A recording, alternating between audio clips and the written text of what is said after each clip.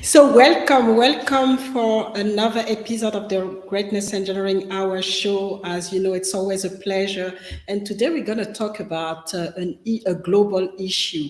We're going to talk about teen moms, what we call epidemic, because it's a global. Sometimes we think that it's just, reserved for developing countries, but it's a global issue. And we really need to talk about it. And today I have two guests, one in the US and one in Kenya. And you probably remember Shawn Saxton. She's now a doctor. So she is Dr. Shawn, and she is, you get to get reintroduced to her, and she'll have the opportunity to let you know what's the update on since she's been on the platform since last year, actually. And we have Purity all the way from Kenya, and they will enlighten us on their experience with teen moms, their work, and what are the key things that we can do to stop this epidemic, because in a way the girls are not really able to fully, fulfill their potential, and we really want to change that. So don't go anywhere. Get ready to meet them, and if you're watching live, let us know where you're watching from, and don't hesitate to participate, because in the end, this show is for you. This show is for you, to bring you all the information that are necessary for you, not only to help, but also for you to go to learn and to go to the next level of your greatness. So let's start. Let's bring Dr. Shawn and Purity with us.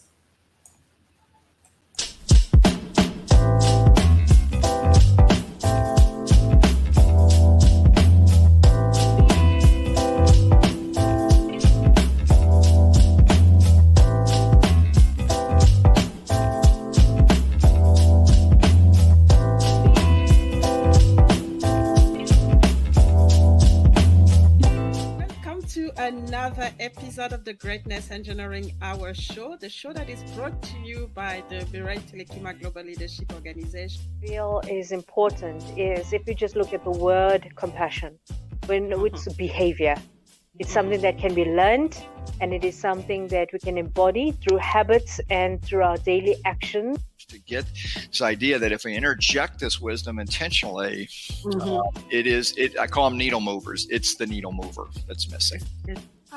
Don't deprive the world of your greatness. Please. Don't do that anymore.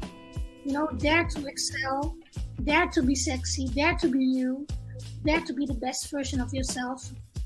Impact yourself positively, and from there impact others, and you are not alone.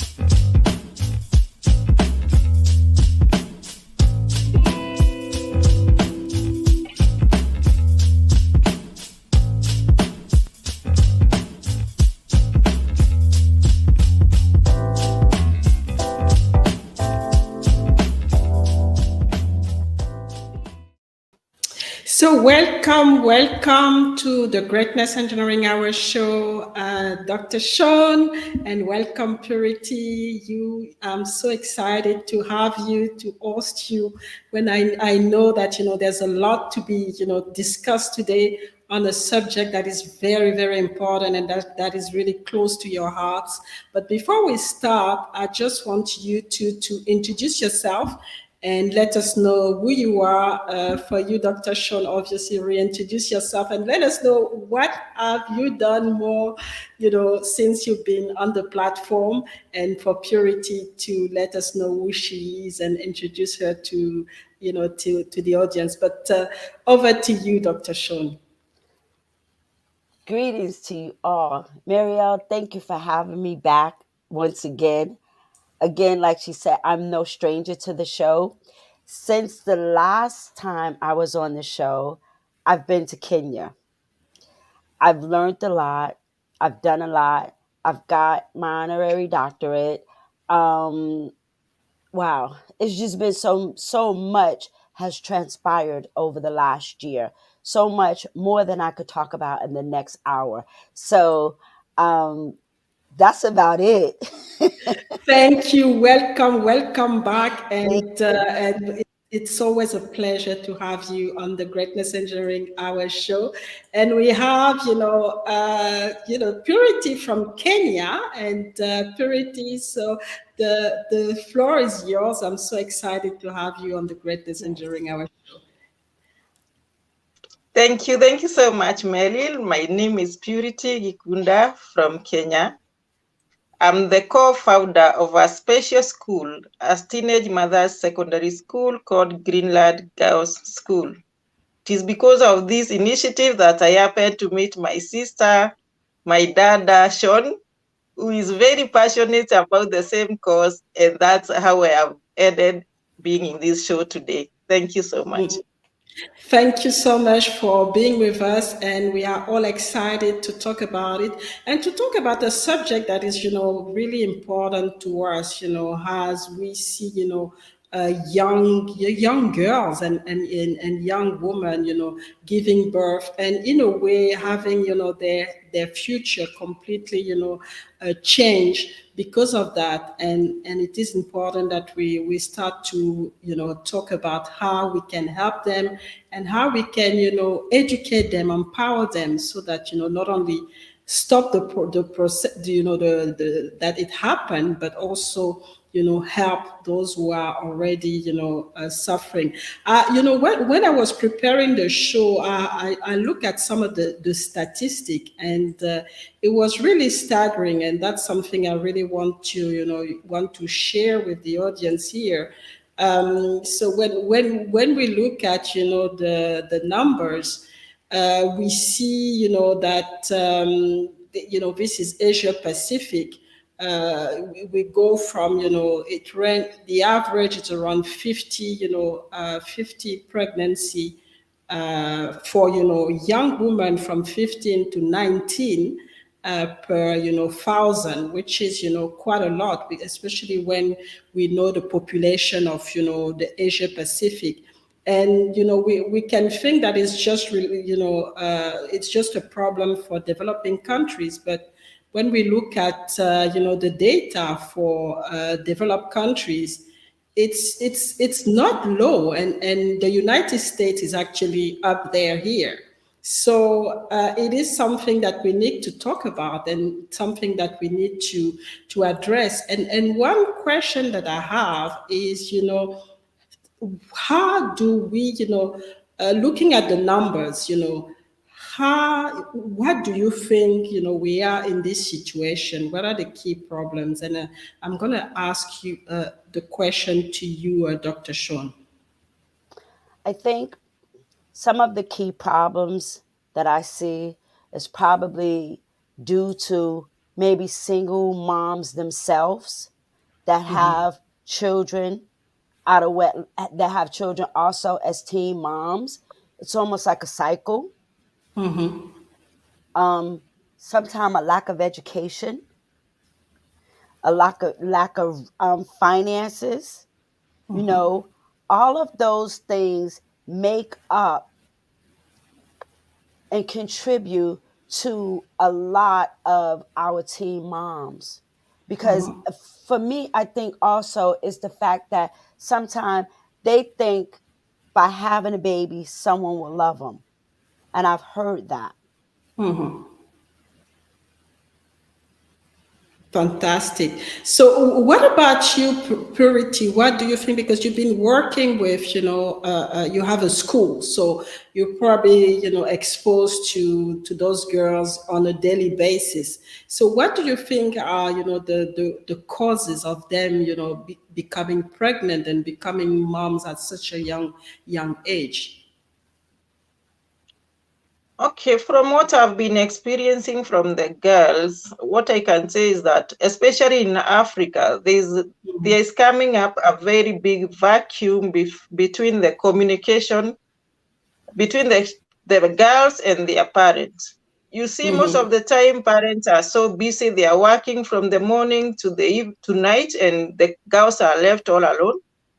They have got no one to share their issues with. That communication is lacking. And most of the time, you'll find these girls now, they are in a period where they want to discover themselves. They want to know more, but there's no one to guide them as per se. So they'll find themselves maybe being indulged with, they want to find out on themselves. Also, there's internet also. So most of the time they are exposed to internet, they are seeing things there that they would like to discover. And maybe the parents are so busy because of maybe the poverty in Africa, they are working 24 hours. And now there is that gap. The girls need somebody to guide them. They need their parents to be there for them. So we need to create time, no matter how busy we are. We need to create some time and talk to the girls. There's also something in Africa, we feel that it's a taboo to talk about sex with kids. But it's the high time now we break that barrier. We break that taboo. We tell the girls as it is. If you indulge in sex with young boys or even with the men, this is what is going to happen. So I think it's time now we start telling them the truth that you'll get pregnant when you indulge yourself in early sex. And the right time for sex is when you are ready, when you are a full grown girl. So I think we need to open up, we need to talk to the girls to tell them the truth. The same with the boys, because even the young boys, they find themselves trying to do the experiment. So if we talk to girls alone, we are not winning this fight. So we need to put them together, talk to them, show them the disadvantages of having early sex. And I think if we take this route, we are going to have some gains. And that's those are key things, and I can concur that in Africa, they don't talk. We don't have any sex education. We don't. As soon as you talk about sex, I mean the parents run away, or they actually, or they get angry, and so you can't even ask any question, you can't even do anything. And then you also mentioned the poverty part, because I've seen, I've worked, I'm an engineer, I've worked on platforms and remote area where young girls actually go out and have sex with men for money, because they want to buy their food, or they're too poor, to really be able to attend to their family. So they just offer themselves for a little bit of money to buy something. So that's another key thing where it is important to like you said, to talk to the to have an integrated solution. Talk to the men, talk to the boys, and talk to the girls and the parents, which is very important. So, but when obviously there's the prevention part that is really important, but then we have those girls, they now have babies, they're now in the middle of this chaos. So what can be done for them to so we can help them to redirect their life, or to actually do something with their life? What do you think, Dr. Shawn? I think education is key. The more we continue to talk to young girls about their bodies and the right to say no, I think that's when we'll start making leeway. Because oftentimes, young girls think that's the key to a lot of things, but they don't know that that's just the key to stop a lot of things. So education is always key. When we tell them how important that they are, and if they wait, the wait is greater than what we will have now than having a baby. Because if you wait, having a baby will put all the proper things in perspective. You'll be able to take care of that baby. You'll be able to nurture that baby. It'd be so much different waiting as opposed to having a baby as a teenage mom. And I know this because I know from experience being a teen mom, because I too was that teen mom. Yeah. And it's a difficult situation. And I really want to have your point of view here, Purity, because I've seen, back then when I was still, at home, is, when one of the young girls or, a teenager get pregnant, she becomes like, the family doesn't want to talk about it. They basically chase her or, traumatize her. And sometimes some of them really want to take their life, So that's something that, how do you think, when things like that happen, how do you think we can address it, not only with the team, but also with the family or extended family or the community in a way?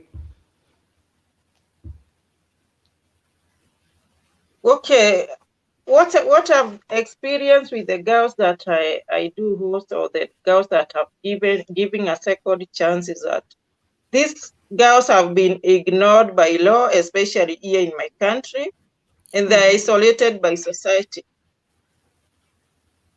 The fact that these girls, they got babies, especially here in Kenya, the legal age of consent is 18 years. And all these girls are under 18. So to me, I felt that this is a total defilement. These girls are defiled. But the fact that the parents now, they feel that these girls are burdened, they don't need them anymore. Some were chosen away from home, and they have babies. Okay, personally, I'm a social worker, and this is how I decided to come up with the school, because being a social worker, I used to register women and youth to in groups so that they can access government funds to start small businesses. So these girls used to come to me with their babies at their back, and they also want to be registered. But you can't register them here in Kenya because they are underage. They are under 18. They don't have identity cards. When they go to the youth, they use normally send them away. You are women, go to the women groups. When they go to the women, no, we can't take you in, you are kids, because you don't have IDs. So I used to feel so bad because I really wanted to help them, but how do I help them to register? So I could not. So that's when I sat down and thought of enrolling them back to school, giving them a second chance so that they can continue with the education. And I started talking to them, wanting to know, if I can give you a second chance, can you go back to school? And 90% was very much willing to go back to school. And that's how now I started Greenland. I called the school Greenland because I felt these girls are living in a desert of calamities, and they need to go to a better land, a Greenland, where now they can start their lives again. So I launched the program, and I called the program Resurrecting the Dead Dreams for Teenage Mothers. This one we launched in 2018 during the International Day of the Girl Child. And from that day, currently, we have over 110 girls whom we've taken in and given them a second chance. Because the only reactive measure we can take is to give them a second chance, is to enroll them back to school again so that they can continue with education and make it in life. If I see my sister Shawn here, I feel so good because she has gone through it, but she didn't give up. Now you can see who she is. And I want my girls, the teen mothers, to be exactly like Shawn or even better. And this can only happen when we give them a second chance. And we need to talk to the parents to understand that the fact that she got pregnant should not be the end of the life. We should talk to parents to give them a second chance to accept these girls back again in the society and make sure that these girls are given education, because since they tasted it, they can even do better now because they know how bad it is outside there. So my call out there is to tell everyone who has a teen mom to give them a second chance to continue with education, because it is only through education that they can resurrect their dreams.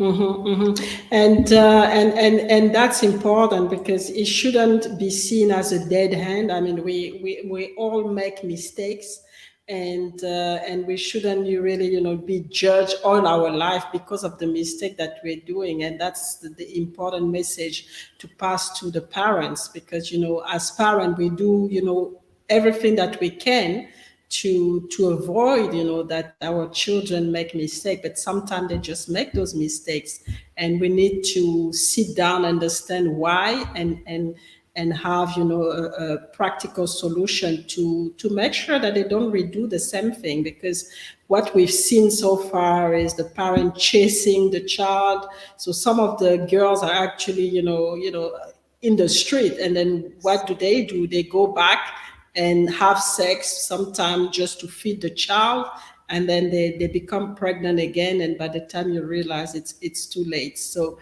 it is important that parents understand that it shouldn't be a death penalty for the girls. So we're gonna have a break, and we will be back for this very important conversation for people joining us now. My guests today are, Dr. Shawn from Florida, and Purity from Kenya. So don't go anywhere. We will be back, and we are talking about teen moms. Okay. See you later.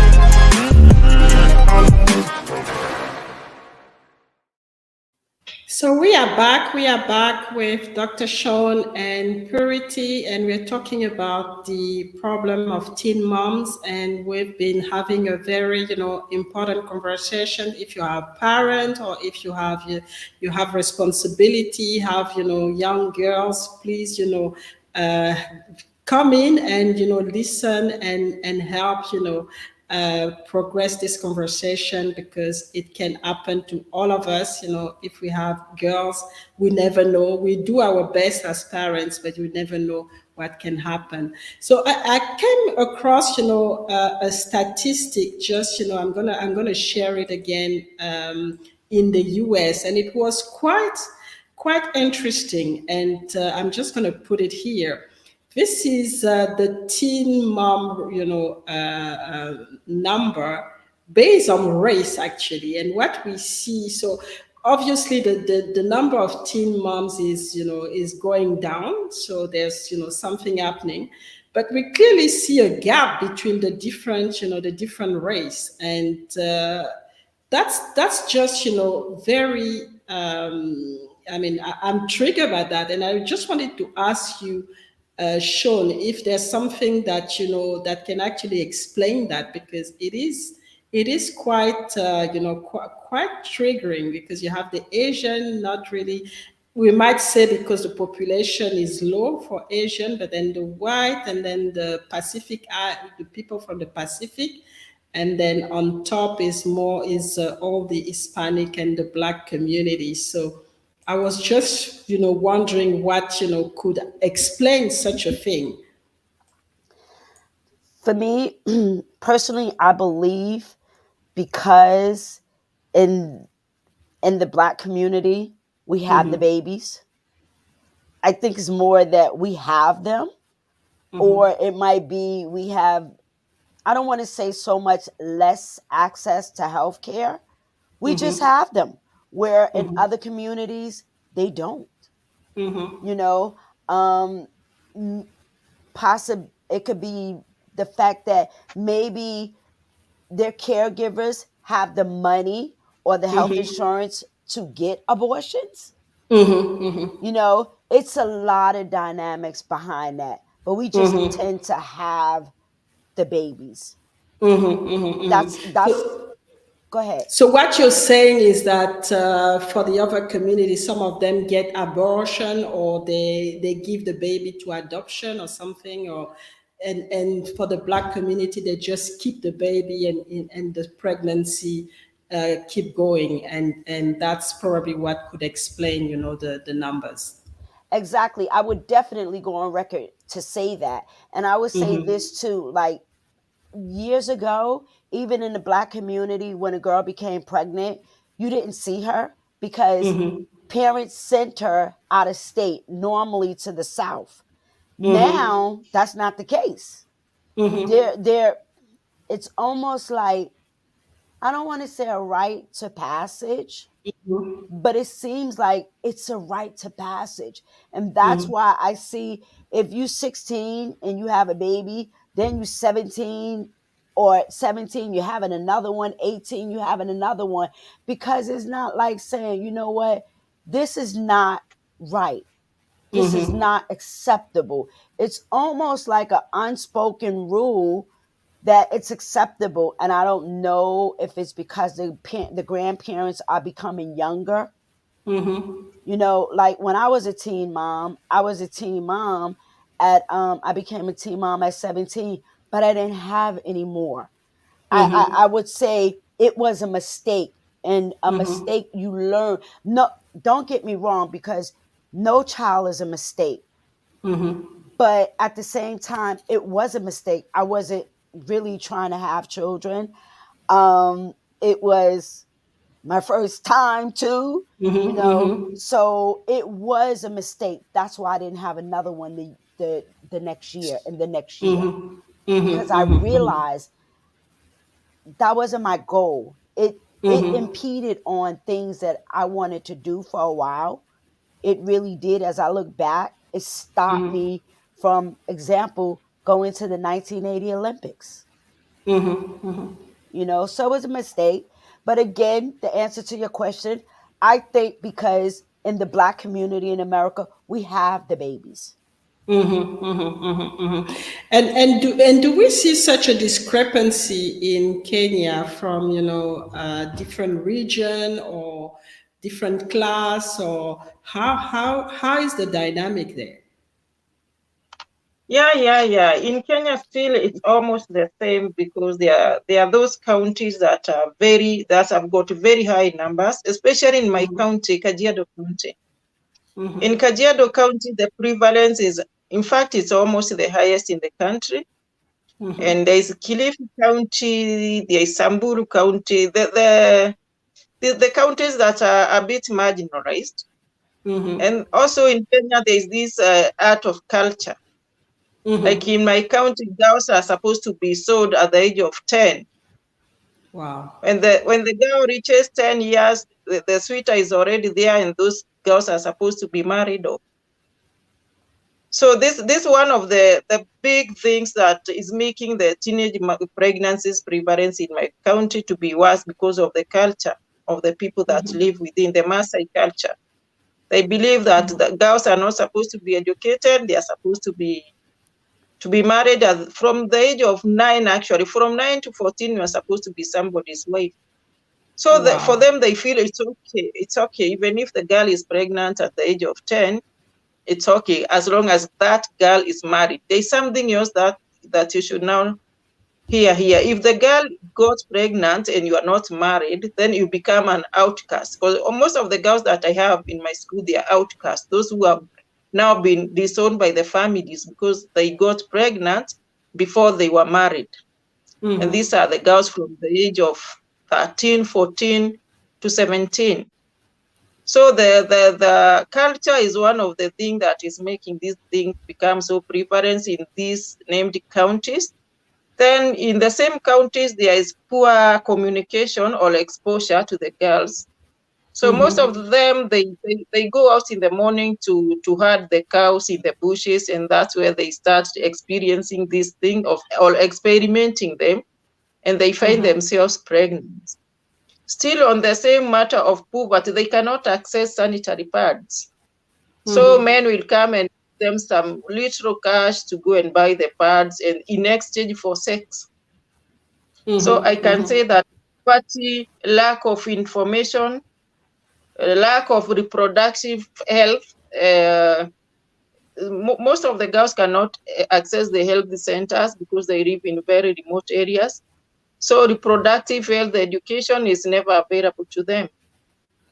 So most of the time, I will blame the poverty being the first thing, then the culture that they fall into, and then lack of that good communication between the kids and the parents, and mostly lack of that now proper reproductive health education because of now they lack the facilities. They are very much into their culture that they don't even allow people from the health sector to go and educate the girls.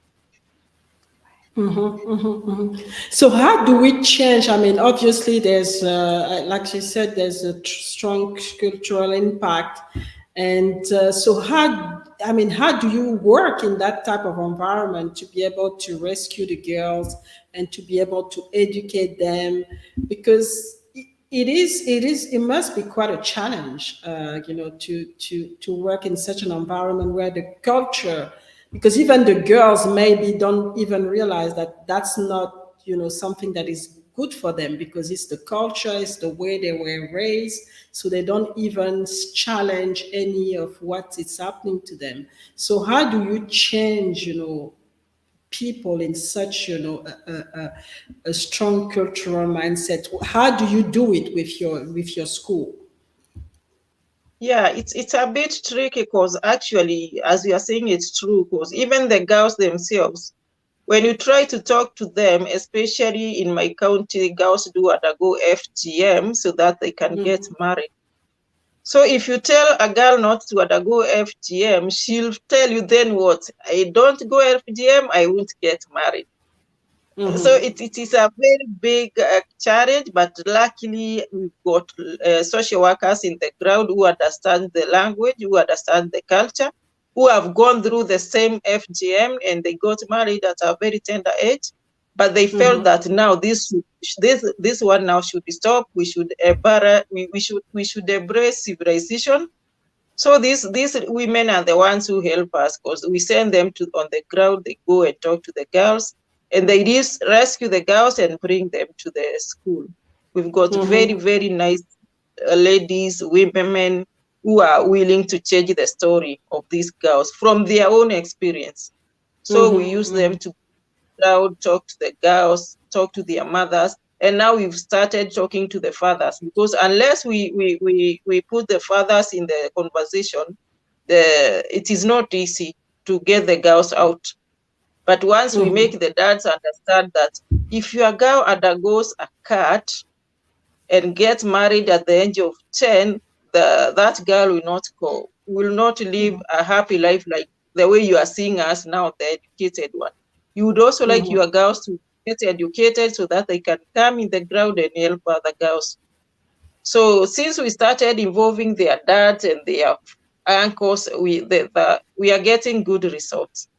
And that's important because, especially if it's the patriarchal, society, to involve men so that they understand, educate them in a way, because they were born in such a culture. For them, it's just, perpetuating what's happening until they know better. And that's important, to educate them, to go and let them know what are the consequences, and really make them understand that they're not making their child happy.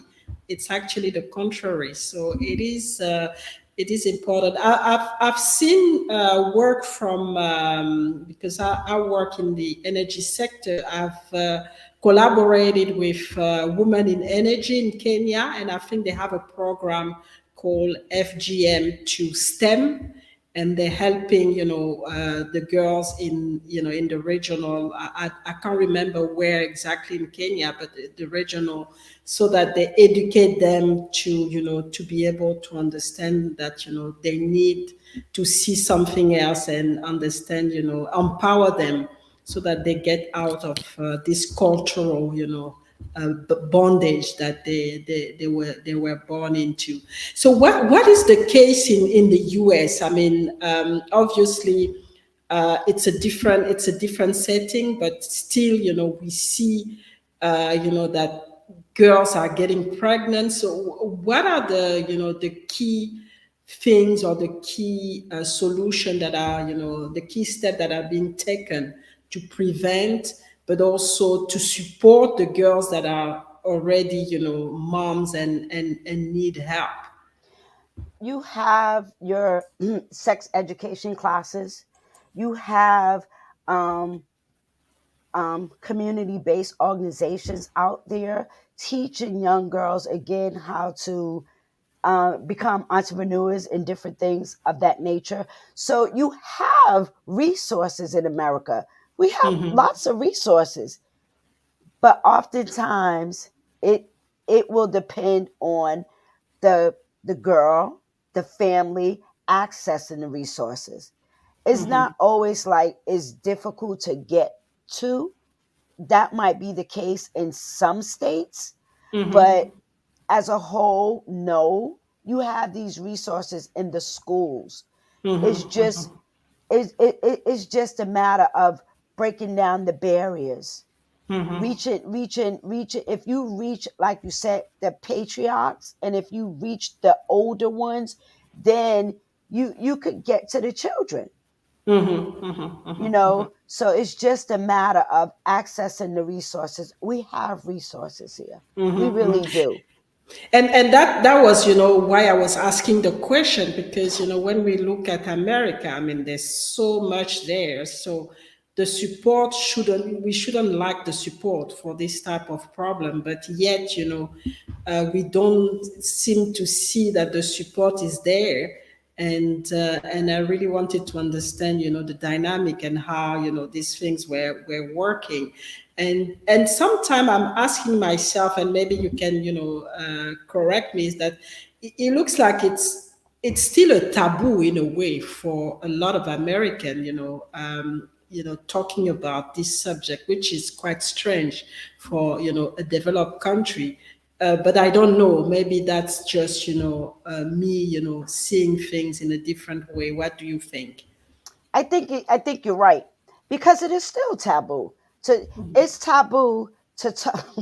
I'm going to go there now. It's taboo to talk about sex, but it's not taboo to talk about a child being born a girl but acting like a boy, and things like that. That's not taboo, but we're not talking about that in school.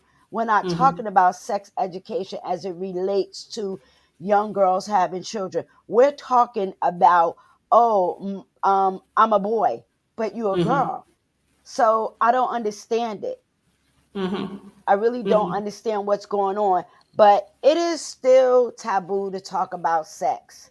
People still telling kids that babies come from birds. Why are we still telling young children that babies come from birds when they're getting pregnant at 10 years old? Obviously, we need to tell them really where children come from. So I don't know. We just got to keep pushing and keep educating and keep doing it and keep doing it and keep doing it. We can't stop. We cannot. We can't stop. Just like I said in the talking about HIV, we can't stop till there's a cure. We can't stop till there's no more teen pregnancies. We got to continue to, fight to let teen girls know there's more than just becoming a teen mom. But what is the part of sexual violence in all of this as well? Because I think sometimes this aspect is actually what's shutting down the conversation. So just asking the question, Dr. Shawn. Okay, so I'm glad you asked that. That plays a part in it. But again, sometimes we don't talk about that because the sexual violence could come from within the family. It could be the father. It could be the grandfather. It could be the brother. It's someone close to the child. And it continues to be swept under a rug. No one want to talk about that. No one want to expose the perpetrator. But they want to expose the victim. And the child is the victim. So I don't know the percentage of that.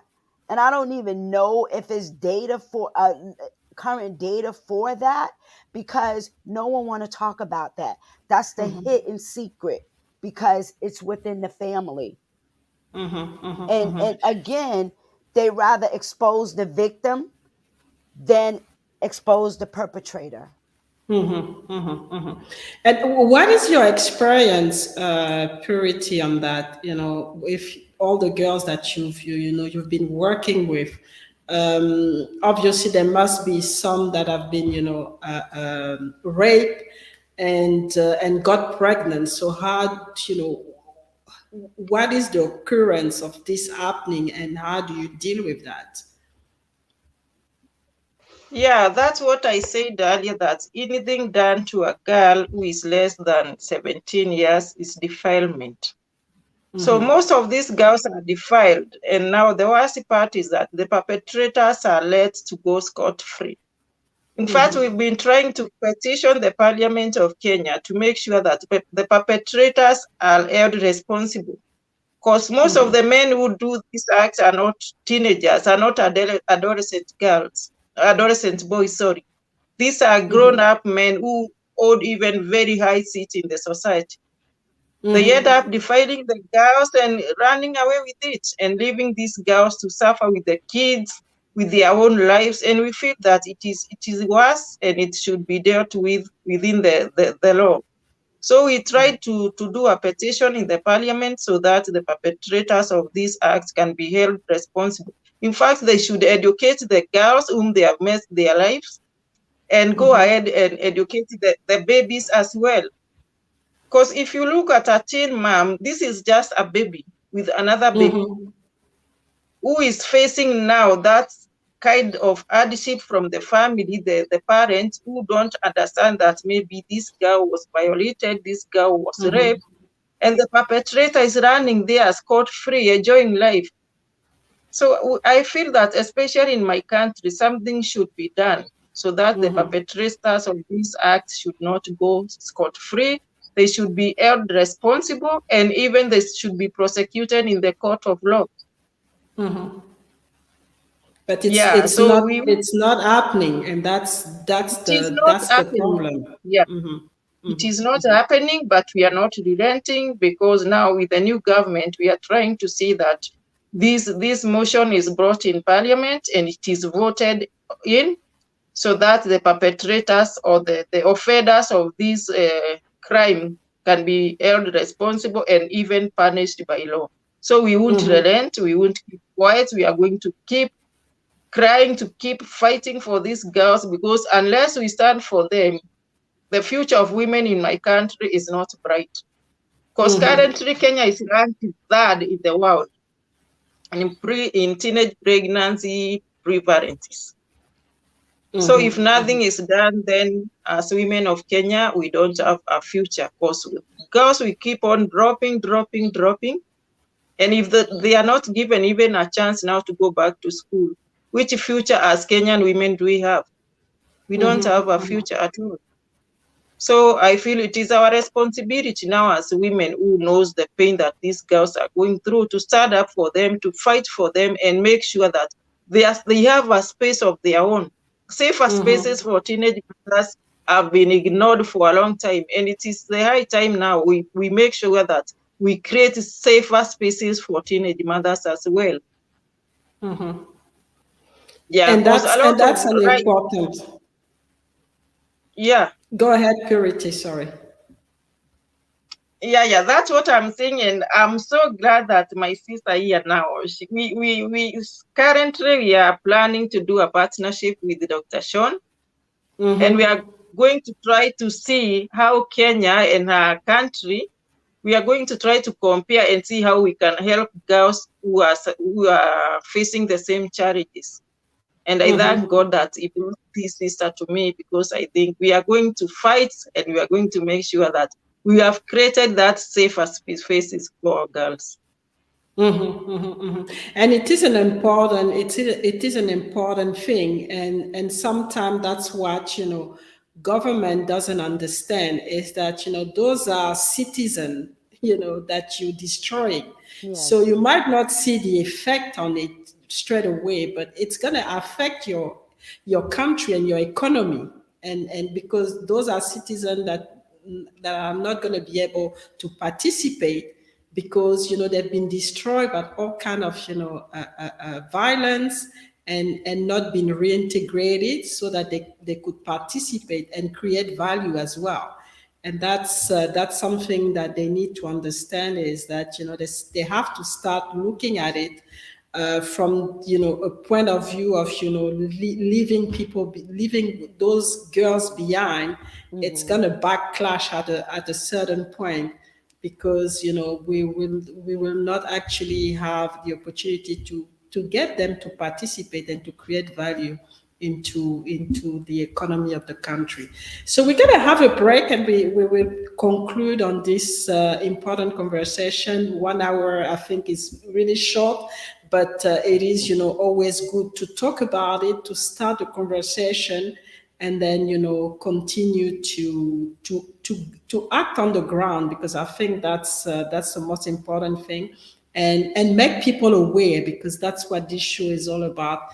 Create the awareness, and so for people to understand the key problems, the key issues, and hopefully they can also help to create a path to be able to bring a solution. So don't go anywhere. We will have a short break, and we will be back with Shawn, Dr. Shawn, and Purity. Don't go anywhere.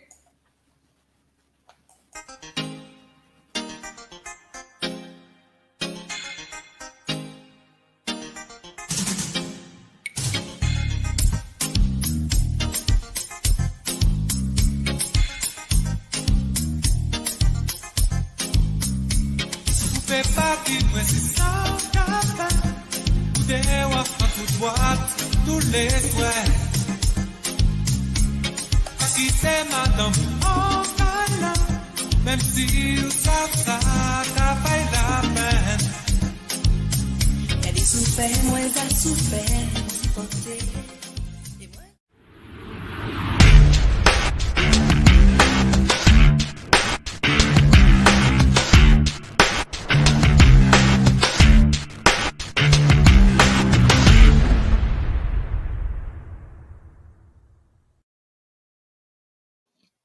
So we are back with Dr. Shawn and Purity. Dr. Shawn is, based, she's tuning in all the way from Florida, and Purity is tuning in from Kenya.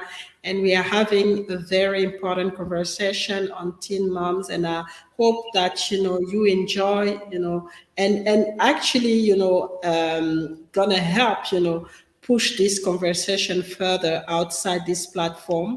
because that's the most important thing. We're bringing you the information. We're bringing you the champion that are doing the work, behind the scene. But they need your support. They need your involvement so that they can, reach their goals. And in this case, reach the goals of, bringing all those teen moms to get to to use their full potential, because they have greatness.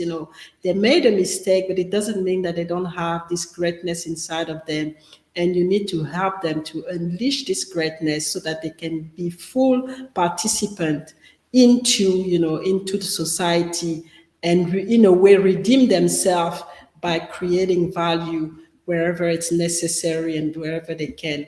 So before we leave, the platform, just wanted to ask you, Dr. Shawn, is there a particular message that you really want to pass to the audience, to anyone who is listening on this problem, and what is the next step for you as far as supporting these goals is concerned? I'm gonna let my sister tell me the next step, but at this point, I'm gonna say, for anyone that's watching, if you have a heart for teen moms, please get in touch with Purity. Anything that we do requires funds. Anything that we do. As she mentioned, there are times that the girls need napkins, they need uniforms, they need books, and she has an initiative. I don't know if she want to speak about that. That's coming in January. Yeah. But it's always about, it boils down to funds. We need the funds. So you could reach out to Purity, and she'll take you to the next step. And it's a great time right now to do donations, because we're at the end of the year and you could do it as a tax write-off. So that's the message that I'm going to leave you with. So Purity needs the fund. She's already doing a lot. So I'm calling to the audience to, I'm going to get all our details and share with whoever is, I'm going to put it in the comment first, but whoever is, interested to help in different capacity, can be found, or it can be reaching out to, people on the ground in Kenya or anywhere to help. In the network, but please reach out and help in this cause. Those girls are the future of the world. They are the future, in this case, of Kenya. So we really need to help them, step up and come back and contribute to the society. So what about you? They're future engineers. Say again. They're future engineers.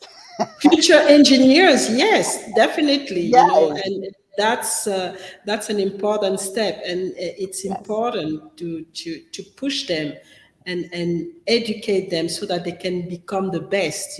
Engineers, they can become technicians, they can become social workers. It's important, and give to society as well. So Purity, what is the message that you have for the audience, and what's next as well in terms of projects and what you're already doing? Okay, the message that I have for the audience is to see teenage mothers as a very, very vulnerable group of kids who needs our support in totality. That once you come across a teen mother, just know that this is a girl who is even psychologically tortured. She has gone through the process of birth at that tender age. She has got that problem at home with the parents, maybe with the baby daddies. So this is a girl or a child who needs a lot of care, and somebody needs to be there to support this girl and to walk the journey with her. Let's not see them as outcasts or the curses of the family. Let's see them as kids whom their rights have been violated. I keep on repeating that they did not make a mistake. Their rights were violated because they have not reached the legal age of consent. From there, I can say that we are having a project because we realized that these girls have got babies and they have got nowhere to leave these kids. So our next project is to come up with a kids center so that these girls can be coming with their kids. We'll be taking care of the babies at school while their mothers are in the school or are in the classes. So our biggest challenge now is to make sure that this center is up and doing in January when the schools are reopened, so that our girls can come with the kids and we'll be taking care of the kids in school, because most of the time when we go there and we try to rescue these girls, their mothers are very adamant to be left with the babies. They'll tell you that I won't take care of our kids and I have my own babies. But if you can take her with our kids, well and good. So we need somewhere to keep these babies. We need a place, a safe place that we can keep these babies. And we are sending a plea out there. If you can support us to make sure that this kids center is coming up by January, we'll be the happiest people ever, because we are expecting 40 new babies in January and we don't have a place to keep them. So my cry out there is if we can get some people or good friends to come and partner with us so that this kids center can be ready by January 24th, when the girls will be coming back to school, we really, really appreciate. And it is the best thing that will happen to the girls, because when they are in class and they know their babies are just there and taken care of, they are going even to study well. Because most of the girls keep on wanting to call back to know how their babies are, so they are distracted, they are not comfortable. But once their babies are within the compound, they can go and breastfeed their baby and come back to class, then their mind will be very settled. So I think this our biggest project this time around is to have that baby center running by January 24th. The challenges are there, but I believe that God is going to send good Samaritans our way, and the center will be running by January. Fantastic, fantastic work. Thank you, Purity, for the work that you're doing for those girls. Somebody has to help, and you didn't wait. You stepped up, and you continue to, to push for them to have a better life, and for them to not, be treated as outcasts. And I'm talking to the audience here. If you can help, if there's a need to support Purity in this effort, so that we can help the girls with their children, so that so that they have a place for the children, a center where the children can be taken care of, so that they can educate themselves and really push to give a better life to those children. And also help them to become, fully included in society and helping. You never know when you put, you help. You never know, there might be your Samaritan. So don't hesitate to help and to reach out, so that we can help this center to be standing on the 24th of January. So thank you very much, Dr. Shawn. Thank you, Purity, for this amazing conversation. And again, thank you for the work that you're doing, Purity. And I wish you all good luck with the new collaboration. I'm pretty sure that Shawn will bring a lot of value and help to reach out as well to people in the US to actually help the cause in Kenya. So thank you. And I wish you all, to, if I don't talk to you before, the end of the year, so wish you not only to have a fantastic festive season, but also to keep well and continue to empower people and to create, this happiness in the life of the people that you're serving. So thank you very much. And I stay in contact and let you know, when I reach out to the network, let you know who is, standing up to help in this project. So thank you. I will be back for another episode of the Greatness Engineering Hour show on Sunday. And so I hope to see you all, but this message today is for Purity, to support Purity in this amazing project that she's doing in Kenya, supporting teen moms, and that will be a great present for her and for the girls that she's supporting. So until then, bye bye, and I see you at the end of the week on Sunday for another episode of the Greatness Engineering Hour show. Take care. Bye. And Thank you. Thank you so much. Thank you're you. welcome.